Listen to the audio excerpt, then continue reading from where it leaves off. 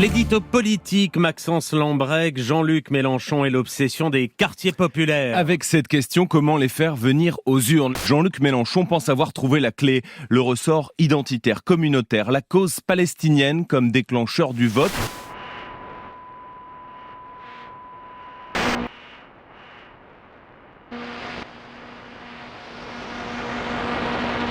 Jean-Luc Mélenchon, la stratégie du coup d'éclat, sur la forme et sur le fond. Accusé de jouer la carte du communautarisme.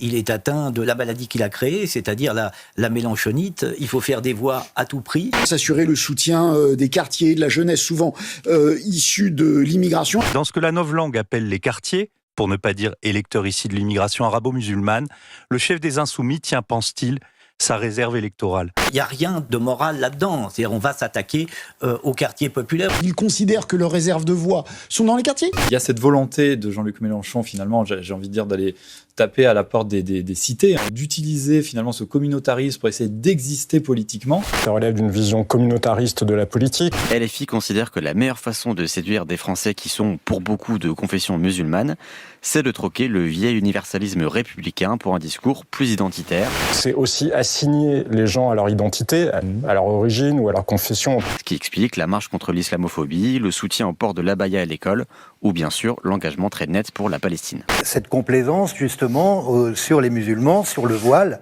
la manière dont ils retournent les choses en faveur des musulmans a des tréfonds douteux.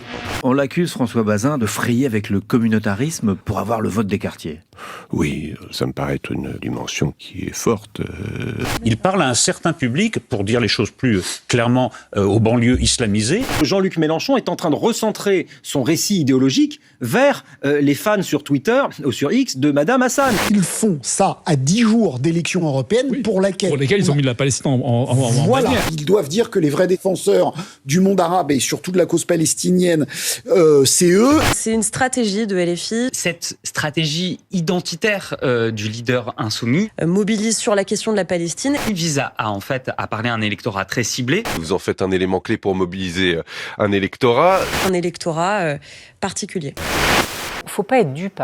Jean-Luc Mélenchon, ce ne sont pas les Palestiniens ni même les Libanais qui l'intéressent. Mélenchon a sélectionné ses clients. Jean-Luc Mélenchon se moque de la Palestine. Il se moque bien de Gaza, de ses enfants tués ou de la Palestine, mais il voit dans ces sujets un tremplin électoral, en même temps qu'un moyen pour mettre à bas la République, la 5e en tout cas.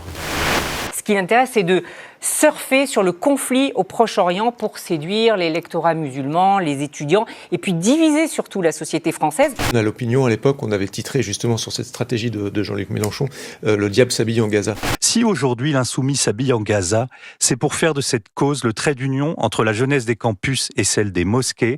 Le drapeau palestinien, c'est un levier émotionnel et identitaire pour faire de l'islamo-gauchisme le principe d'unité de la gauche française. Il faut essayer de mobiliser les jeunes, l'électorat musulman et au-delà d'ailleurs l'ensemble des banlieues. Il tente de faire le lien entre les bobos wokistes qui peuvent se retrouver sur les campus et en particulier à Sciences Po avec les quartiers populaires où le vote communautariste, musulman, pro-musulman peut s'affirmer. C'est un électorat qui avait été décrit par une fameuse note de Terra Nova en 2012, c'est-à-dire à la fois des électeurs très jeunes de centres urbains, de métropoles, sensibles à une forme de politique spectacle, et aussi un électorat communautarisé, souvent issu de l'immigration, prompt à se mobiliser contre l'oppresseur sioniste, entre guillemets. On semble découvrir un peu tous ces appels du pied, ce qu'on appelle ces dog whistles, ces petits signaux codés que Jean-Luc Mélenchon envoie à une certaine partie de la population.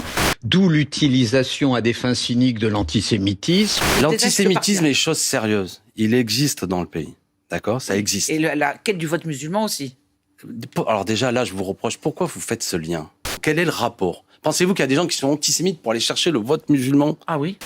Aujourd'hui, on a l'impression qu'il s'adresse à une communauté. Il s'adresse, pour des raisons électorales, aux jeunes de banlieue, aux personnes de confession musulmane, en supposant que toutes ces personnes-là, en fait, en les essentialisant, en supposant que ces personnes-là, forcément, seraient flattées et attirées par un discours ambigu avec l'antisémitisme à minima. Cet homme n'a plus de limites. Il a même fait de l'antisémitisme, à mon avis, l'outil principal de la conquête du pouvoir. Et le voici depuis quelques années, au moins depuis 2019, sans doute un peu avant, converti à des revendications issues de l'islam politique. Avec sa volonté d'activer un vote qui n'a jamais été activé jusqu'à présent pleinement dans une campagne électorale présidentielle, c'est le vote islamiste, le vote confessionnel. Qu'on a pu croire dans un premier temps être simplement un calcul électoral pour complaire à un certain électorat, on n'attrape pas les mouches avec du vinaigre, et dont on voit depuis le 7 octobre que peut-être il y a une racine idéologique plus profonde. Vous avez utilisé le marteau-pilon pour travailler dans votre électorat clientéliste. Vous avez fait ce jeu-là. C'est quoi notre électorat clientéliste, vous avez été des apprentis sorciers. C'est quoi notre électorat clientéliste? L'électorat musulman dans les banlieues. Ça, c'est une clientèle, l'électorat musulman. Mais bien sûr, ça a été fait par vous. C'est raciste, en fait, ce que vous dites, monsieur. Voilà.